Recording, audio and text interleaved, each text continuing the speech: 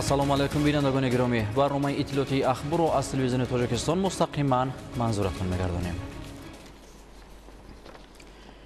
имрӯз суҳбати телефонии асосгузори сулҳу ваҳдати миллӣ, пешвои миллат, президенти ҷумҳурии Тоҷикистон муҳтарам Эмомалӣ Раҳмон бо сарвазири ҷумҳурии исломии Покистон муҳтарам Шаҳбоз Шариф доир гардид.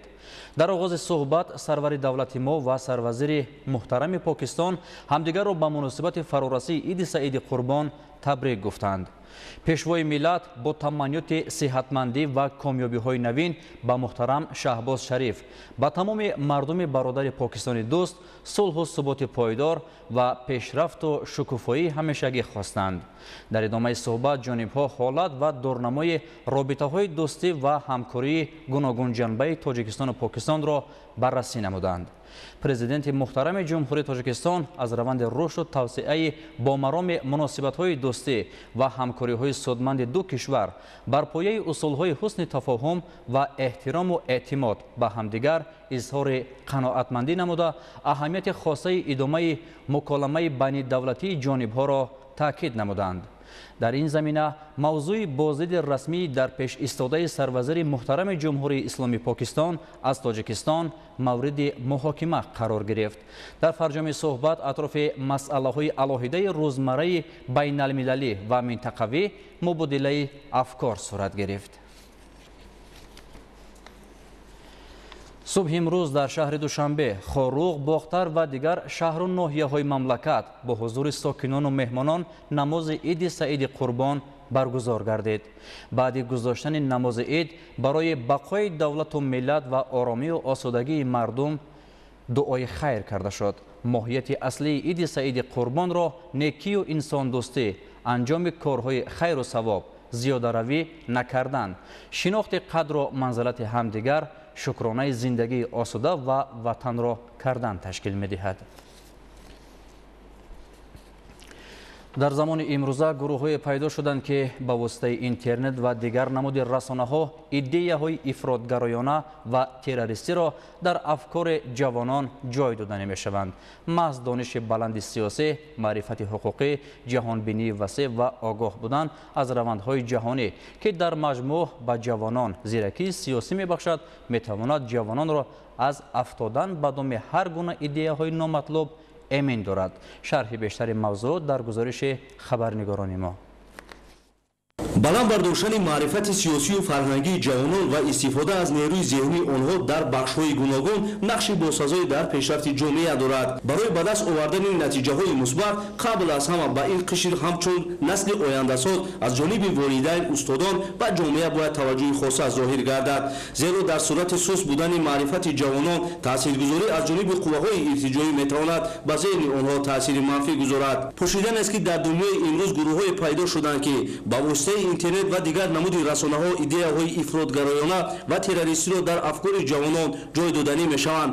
маҳз дониши баланди сиёсӣ, маърифати ҳуқуқӣ, ҷаҳонбинии васеъ ва огоҳ будан аз равандҳои ҷаҳонӣ ки дар маҷмӯъ ба ҷавонон зиракии сиёсӣ мебахшад, метавонад ҷавононро аз афтодан ба доми ҳар гуна идеяҳои номатлуб эмин дорад. гурӯҳҳои алоҳидаи иртиҷоӣ ки бо ҳар роҳу восита мехоҳанд нақшаҳои таҳризшуда ва амалҳои нопоки худро дар байни ҷомеа роҳандозӣ کنند بیشتر از نیروی نورسان و جوانان استفاده میبرند. قید کردن با مورد است که امروز توسط رشد نمودن تکنیک، توسط رشد نمودن سوحه‌های گوناگون که معاملات و معاشرت خلق ملت‌های گوناگون رو به هم پیوند کرده است و گیر آورده است. امروز خطری تروریسم و اکستریمیسم بیش از هر وقت دیگر زیاد گردیده شده است، زیرا توسط سامانه‌های اینترنتی و شبکه‌های اجتماعی امروز گروه‌های تروریستی و اکستریمیستی کوشش می‌نمایند که صف پیروان خود را زیاد کنند و متأسفانه صف پیروان این گونه حزب و حرکت‌ها و گروه‌های تروریستی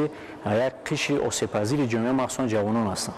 به نظر ما سبب اساسی داده شدن ҷавонони мо ба баъзе аз ҳизбу ҳаракатҳо ва умуман даст задан ба ҳаракатҳои ифротгароу тунгаро ин сатҳи пасти маърифатнокӣ истифода бурдани технологияи иттилоотӣ ва майл намудани ҷомеа ба технологияи иттилоотӣ аст ки аз ҳамин омил боис гардидааст ки имрӯз ҷавонон аз китобхонию донишандозии маърифатнокӣ дур мондаанд ва бо ҳар як фанду фиреби ширине ки фарҷоми талх дорад имрӯз як ояндаи дурахшони худро барбод медиҳанд. дар замони муосир яке аз воситаҳои дастрасии таъсиррасонии терроризм ба наврасону ҷавонон интернет мебошад. қувваҳои иртиҷоӣ баъзан бо таъсиси саҳифаҳои алоҳида дар шабакаҳои иҷтимоии интернетӣ манфиатҳои ғаразноки худро таблиғ мекунанд. гуфта мешавад ки дар навбати аввал ҷавонону наврасон ба ин саҳифаҳо ҷалб гардида сипас ба роҳу усулҳои ҷадид аз тарафи ҳаракатҳои ифротгаро фаъолияти онҳо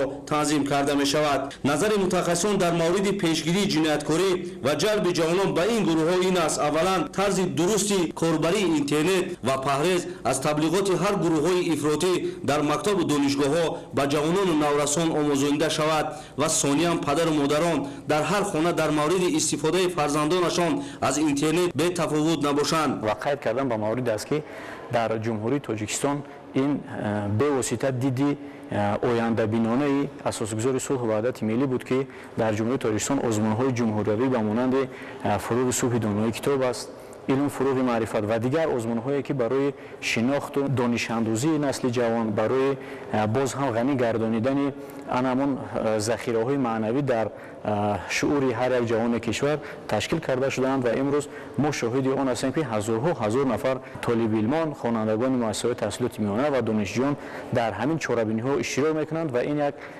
таконе мешавад барои ташаккул додани сатҳи маърифатнокӣ, барои ғанӣ гардондани сатҳи ҷаҳонбинӣ ва умуман тарбия намудани насли наврас дар рӯҳияи ватандӯстию дар рӯҳияи эҳтиром ба арзишҳои миллӣ. امروز در اکثر کشورهای اروپایی نظام مخصوص استفاده از اینترنت برای اویله‌ها جدا شده است. طبق این روش نورسان و جوانان وابسته به طلبات سن و سالشان فقط به همان سایت‌های وارد شده می‌توانند که از طرف والدین قبلا در کامپیوتر برنامه‌ریزی کرده شدند. این کار اگرچه در نظر اول محدودیت می‌نماید ولی به هر یک نوع نظارت است که تا امروز در اکثر کشورها نتیجه خوبی داده است. جمهوری تاجیکستان که 70% اویله‌ها را شخصانی تا 30 ساله تشکیل می‌دهند، این است که از سالهای اولی به دست آوردن استقلالیت رهبریت دولت و حکومت به نسل جوان توجه زیاد داشته با تطبیق سیاست دولتی نسبت به جوانان در کشور ما افضلیت مخصوص داده می شود. امروز در تاجیکستان فراهم آوردن شرایط خوب تحصیل، فعالیت گسترده در تمام ساحه‌ها و دستگیری کامل دولت و حکومت امکان می دهد که جوانان راه درست و آینده درخشانی را برای خود انتخاب نمایند. شبهه نیست که در راه تقویت دولتداری ملی و نگاه داشتن استقلالیت دولتی نقش جوانان مهم است. این است که بهر خود تشکلیابی و رشد طبقه جامعه حکومت مملکت تدبیرهای زیادی را عملی نموده در آینده نیز این سیاست را ادامه خواهد داد. ساکنان دهه زیارتوت شهر ترسنزاده در پیروی با اقدام‌های سازنده راهبری دولت با جلب زیاده از 1,400,000 سامانی از حساب ساکنان محلی بیشتر از 3 کیلومتر راه حدود دهه را تعمیر کردند. ادامه موضوع در گزارش همکارانمان. дар пайравӣ ба иқдомҳои созандаи асосгузори сулҳу ваҳдати миллӣ пешвои миллат президенти ҷумҳурии тоҷикистон муҳтарам эмомалӣ раҳмон сокинони деҳаи зиёраттоти ҷамоати деҳоти навоботи шаҳри турсунзода азм гирифта дар корҳои ободониву созандагии маҳалли зист саҳм мегузоранд. ин навбат сокинони деҳа сарҷамъ шуда бо харҷи беш аз 1,400,000 сомонӣ зиёда 3 километр роҳи маҳаллиро асфалтпӯшт намуданд. сокинон бо азму иродаи хештаншиносӣ баҳри ободии диёри худ камари ҳиммат баста корҳои созандагиву бунёдкориро идома медиҳанд. мо сокинони деҳаи зиёратут дар пайравӣ ба иқдомҳои созандаи раҳбари давлат тасмим гирифтем ки зиёда аз 3 километр роҳи маҳалларо таъмир намоем. шукронаи соҳиби истиқлолӣ мекунем ки ватанамон тинчу осоишта аст. мо чунин корҳои ободониро дар оянда идома медиҳем. барои босифат анҷом додани таъмири роҳ техникаҳои муосири роҳсозӣ сафарбар гардида аз масолиҳи хушсифати ватанӣ истифода бурда мешавад.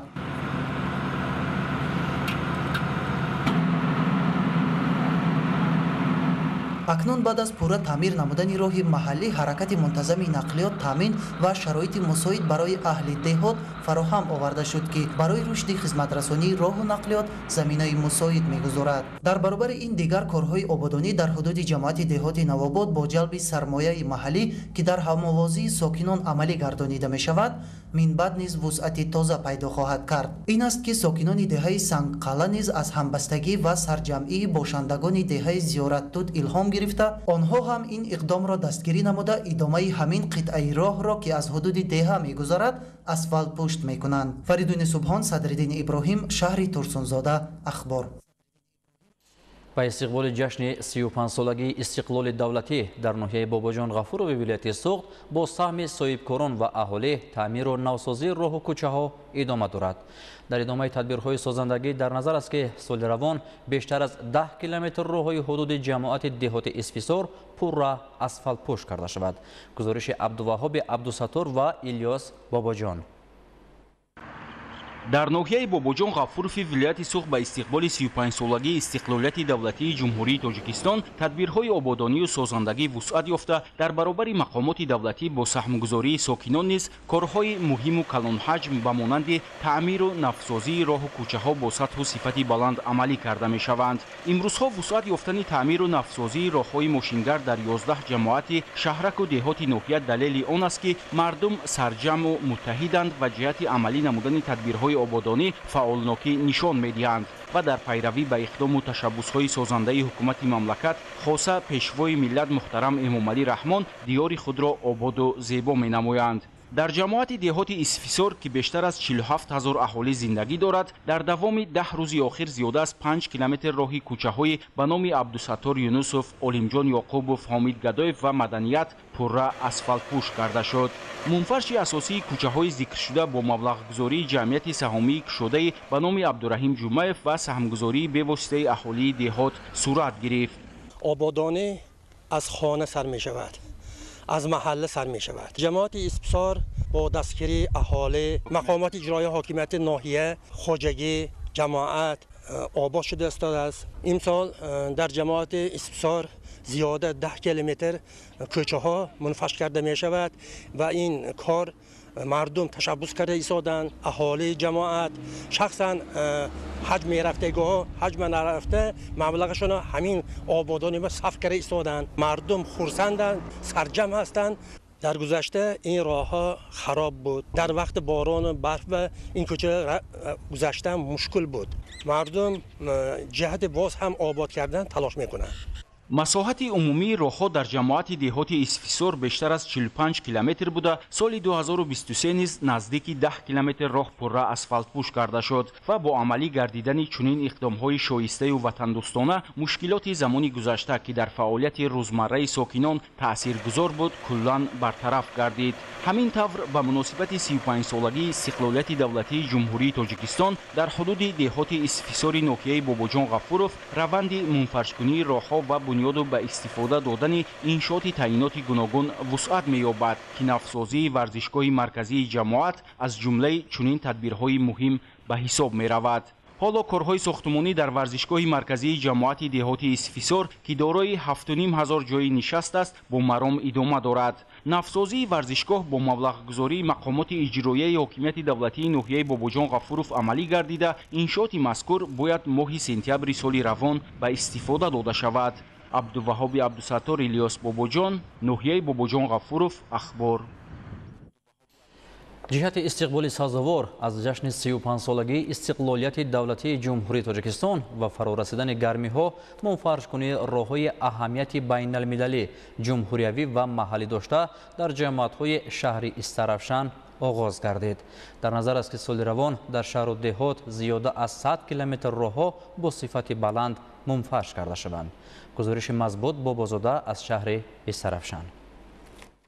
طبق نقشه چاره‌بینی مقامات اجرایی حاکمیت دولتی شهر استرابشان جهت استقبال سزاوار از جشن مکرم و فرخنده 35 سالگی استقلالیت دولتی جمهوری تاجیکستان عبارت از 990 بند کارهای ساختمان و تعمیر کلی و جاری انشاءات سطح مختلف، راههای اهمیت بین المللی، جمهوری محلی داشته، کوپرک‌های کلان و خرد، کافتن و مورد استفاده قرار دادن چاه‌های عمودی و غیره باید به انجام رسانیده شود. از جمله با خرج مبلغ‌های دولتی سهم صاحبکاران با ننگ و ناموس وطنی، خیرخواهی ساکنان سخاوتپیشه و اهالی برخوردار از ملاقات اساسگزار صلح و وحدت ملی پیشوای ملت پرزیدنت جمهوری تاجیکستان محترم امامعلی رحمان با اهل زیا و نمایندگان دین در شهر استراوشان 116 کیلومتر راههای کلان نقلیاتگر و مبلغ 7,763,000 سومانی تعمیر اساسی و جاری گردانده می شود که قسم بیشتر آنها در 22 کمیته محله و 10 جماعت دهات شهر استراوشان مورد عمل قرار می گیرد. با فرارسیدن گرمی ها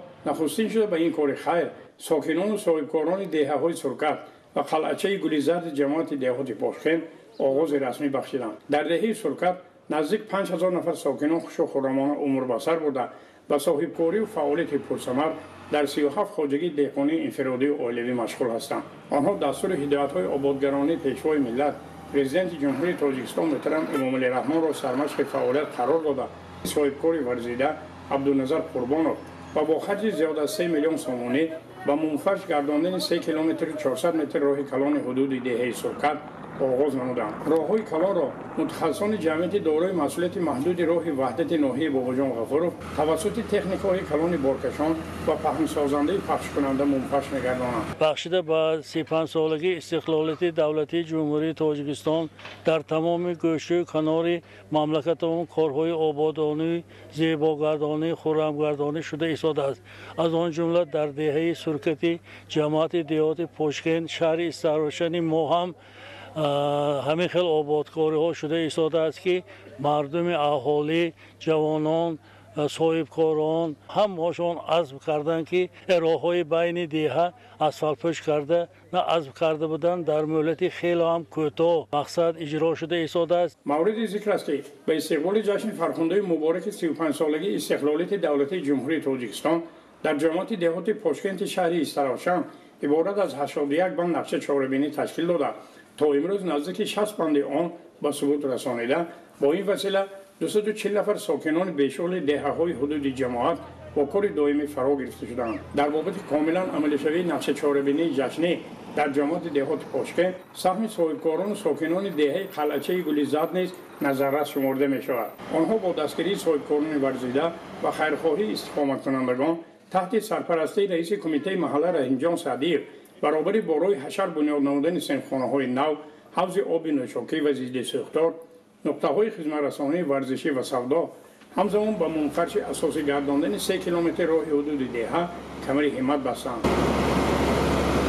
امروز توسط تکنیک‌های گران‌وزن و راهساز منفعش کننده جمعیت دارای مسئولیت محدود وحدت 2018 ناحیه باباجان غفور و ولایت سوخ با منفعش سازی کلی 3 کیلومتر راه کلان نقلیاتگرد حدود دهه آغاز با قرار بخشیده شد. در آماده سازی انشاءات جشنی و منفعش سازی راههای کلان اهالی زکاوتمند و سخاوتپیشه دهه خلچه گلیزرد و سرکت جماعت دهات پاشکن شهر استراوشان سهم مناسب همراه نمودند. مزبوط بابازاده، اومدجان یوسفov، شهر استراوشان، اخبار.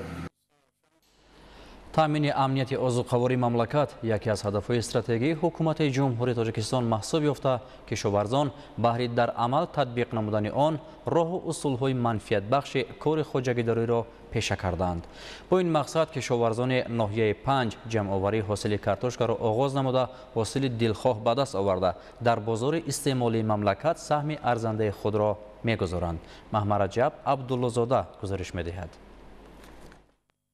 اقلیم ناحیه 5 ولایت ختلان بهر کشت و پرورش کارتوشکا مطابق بوده. خواجگیداران و ساکنانش در نتیجه رعایت اگرتکنیکی آن همساله از میدانهای کشت گردیده حاصل دلخواه به دست می‌آورند. طبق اطلاع شعبه کشاورزی ناحیه در همه بخش‌ها در مساحت 530 گکتار کشت این نوع زراعت که همچون نان دوم دانسته می‌شود گذرانیده شده است. عین زمان جمع‌آوری حاصل کارتوشکا در خواجگی‌های دهقانی و بخش خصوصی با مرام ادامه داشته.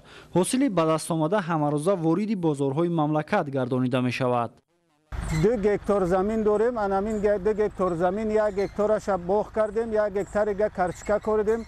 شکرانه که امسال بهار خوب آمد، حاصلناکی خوب شد. من کارچکا را در عرفه کندن با اهل عائله همینجا مهنت کرده ایستادیم. مانا کرچکا کندیم حاصلش 350 تا 400 سنتنر حاصل داره. ما در برابر آموزگاری باز همین 2 هکتار قطعه زمین خطی مهنت کرده رزق روزی رو با اهل عائله یافته زندگی را پیش میبریم.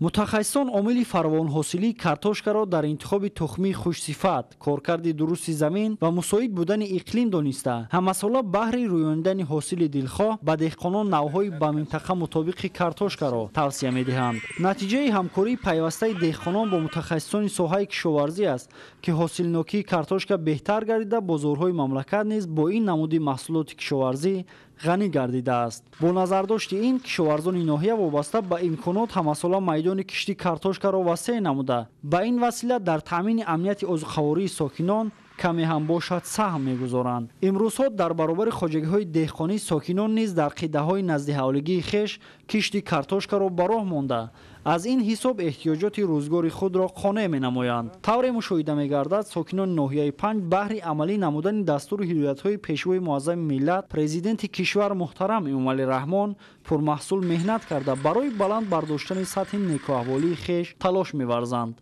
محمد رجب عبدالله‌زاده، دولت فیض‌الله، ناحیه 5 اخبار. بینندگان گرامی در همینجا برنامه اطلاعاتی اخبار به انجام می‌رسد. موفق و خانه آباد بمانید.